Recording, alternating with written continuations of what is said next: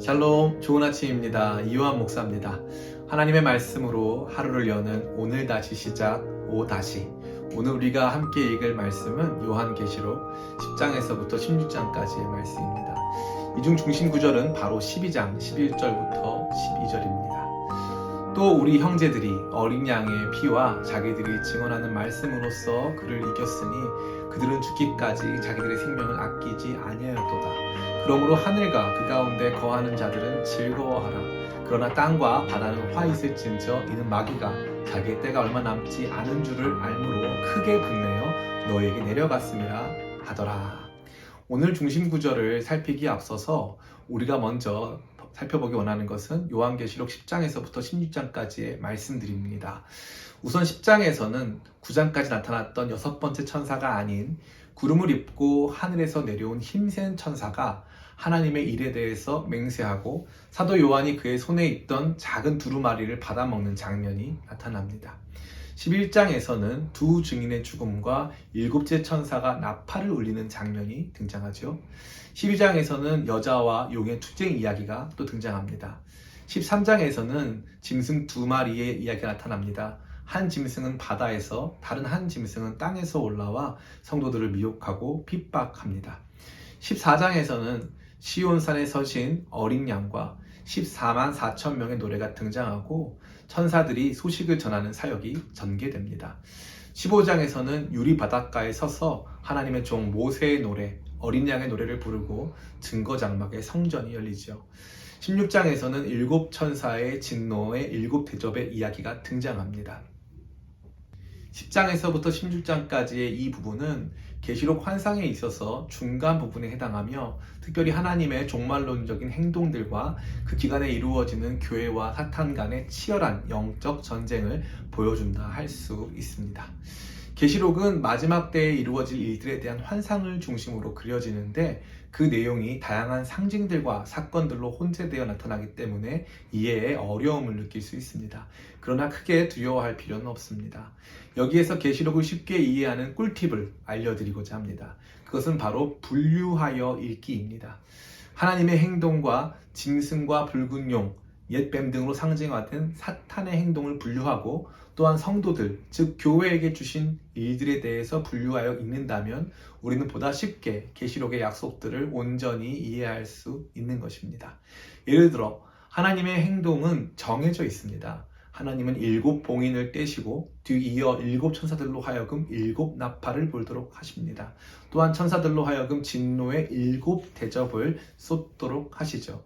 이러한 모든 하나님의 역사는 순서대로 이루어지며 그것은 여러 재앙들로 나타납니다. 그리고 그 재앙들은 이 땅과 어둠의 권세를 철저하게 응징하는 모습이 되는 것이죠. 이러한 하나님의 행동에 대항한 짐승과 붉은 용으로 상징되어지는 사탄의 행동이 있습니다. 그러니까 하나님의 최종적인 심판은 어둠의 권세에 대한 것이며 그들은 끝까지 저항하는 모습을 보여준다는 것이죠. 특별히 사탄의 행동도 패턴을 보여줍니다. 그들은 허용된 특정한 시간 동안만 활동하고 예수님을 흉내내며 하나님처럼 취급받고자 행동하지만 결국은 완전한 심판을 받게 되는 것입니다. 그러한 가운데 성도들에게 주어지는 약속은 늘 동일합니다.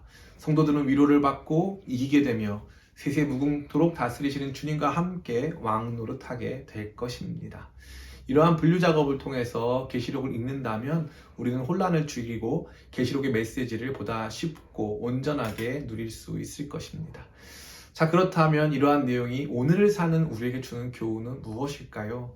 그것은 바로 마지막 때에 엄청난 영적 세계의 충돌이 있지만 우리는 그 안에서 보호되고 결국 승리하게 된다는 사실입니다. 저는 이것을 성도의 위닝 멘탈리티, 즉 성도의 승리 정신으로 부르고 싶습니다. 마지막 때는 계시록의 내용처럼 7이라고 하는 완전한 기간 혹은 완전한 상태에 다다를 때까지 하나님의 경고와 재앙이 지속되는 기간입니다. 이 기간 사탄의 저항도 만만치 않을 것이며 성도들을 미혹하고 괴롭게 할 것입니다. 그러나 앞서 생각한 하나님의 행동과 사탄의 행동 패턴을 잊지 않으시기를 축복합니다. 하나님은 순서대로, 계획한 대로, 약속한 대로 세상을 통치하십니다. 하나님은 그 지배권과 통제력을 단 한 차례도 잃으신 적이 없습니다. 사탄은 그저 자기에게 주어진 시간과 한계 안에서 잠시 잠깐 강력한 저항을 펼칠 뿐입니다. 그것이 전부입니다. 여러 부분에서의 손상과 피해가 있겠지만 그것이 그들의 승리를 의미하는 것은 결코 아닙니다. 도리어 패전한 그들이 보여주는 미약한 발버둥에 불과한 것이지요. 이것이 우리에게 주어진 삶입니다. 그러나 우리는 그러한 전쟁 속에서 패배자와 희생자가 결코 아닙니다. 우리는 도리어 주님과 함께 승리하며 영원토록 왕노릇할 존재들이라는 사실입니다. 그러하기에 일상에서 벌어지는 낙심과 어려움에 우리가 지나치게 압도된다면 그것은 참다운 성도의 모습은 아닐 것입니다. 무슨 일이 생겨도 우리는 승리합니다. 코로나19의 3차 대유행으로 우리 삶 전반에 고통은 가중되고 불안한 현재와 불확실한 미래를 마주대하고 있습니다. 그러나 실망하고 낙담할 필요는 없습니다.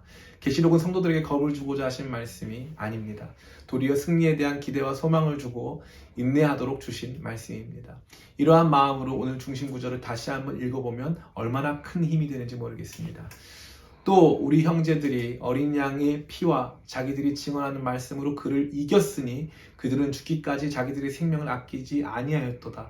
그러므로 하늘과 그 가운데 거하는 자들은 즐거워하라. 그러나 땅과 바다는 화 있을진저 이는 마귀가 자기의 때가 얼마 남지 않은 줄 알므로 크게 분내어 너희에게 내려갔음이라 하더라.